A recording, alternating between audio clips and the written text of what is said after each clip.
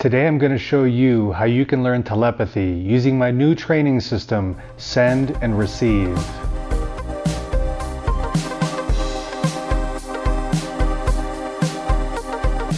Hi, I'm Sean from Mind Possible, and I'm excited to introduce you to a new training system I've developed to help you experience and improve your telepathic ability. Now, for those of you who don't already know, telepathy means the ability to read someone else's mind. But of course, it's not what you would think by watching Hollywood movies or seeing videos online. It's not like that.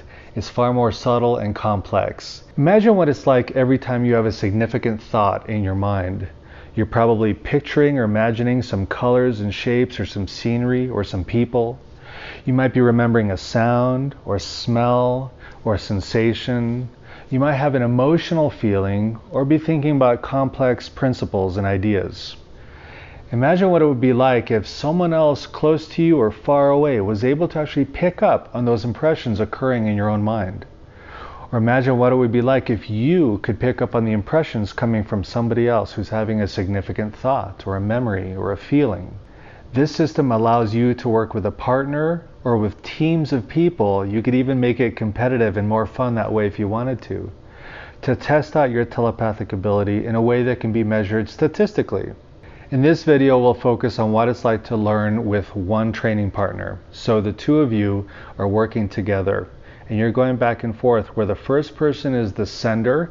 They'll be sending the psychic information, and the other person is the receiver. They'll be relaxing, settling their mind, and receiving these faint impressions. So the sender draws 4 cards without looking at them, places them on the table in front of them, and then randomly selects one of the cards to pick up and start focusing on.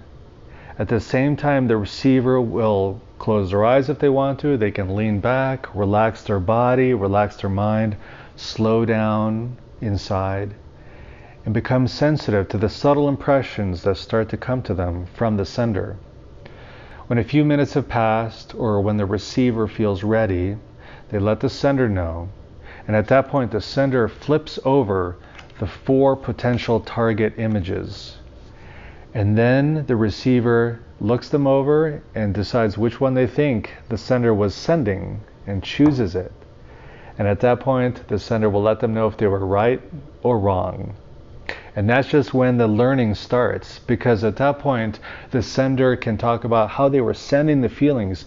Maybe the image provoked emotions or memories from their childhood, or they focused on a physical sensation or a certain smell, and that's what they were really heightening in their imagination, trying to send this information to the receiver.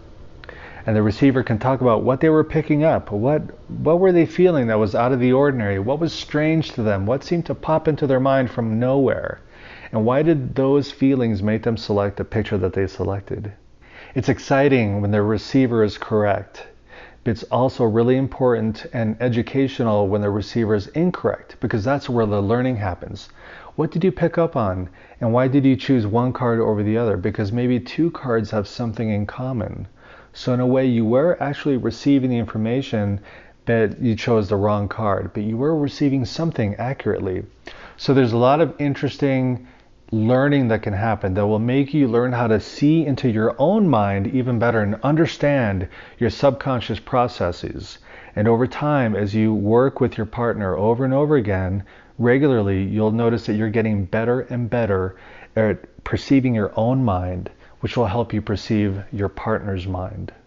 When I created this system, I carefully selected every single target image included within it. Each card is intended to provoke a specific emotion, or remind you of something from your childhood, or make you feel a certain way, or to sense a physical sensation, to have a certain smell. Maybe there's a strong sound that would occur if you were at the scene. Some of these images involve people, or animals, or natural scenery, or architecture. Now, some of you watching this may be wondering, isn't this the same thing as remote viewing, basically? And at the basis, yeah, telepathy, remote viewing, clairvoyance, all of these at the root have something in common, and that's consciousness and the transmission of information.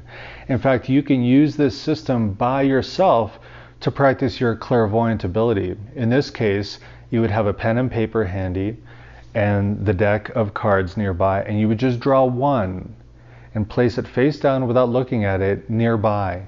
Direct your intention toward it, and your intention is to receive the information on that card, and spend several minutes relaxing, letting the impressions come in, and then draw any shapes that come to you. Write down any adjectives that might describe the image on the card, and when you're ready, turn the card over, compare it to your notes, and see if you actually picked up some things that were on the card or that the card represents. So in this way, you can use the system by yourself. Of course, it's not telepathy at that point because you need 2 or more people for that, but still you are engaging your psychic perception in doing so.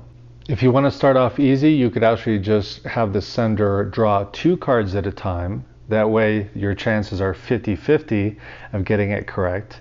Or if you want to make it more complex, a little more challenging, have the sender draw 6 cards at a time.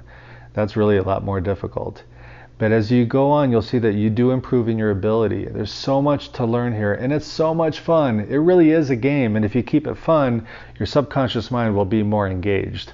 So you can start off by training with one other person, or get a team together and have 2 teams competing against each other. And it's so much fun, and there's still a lot of learning that can occur that way.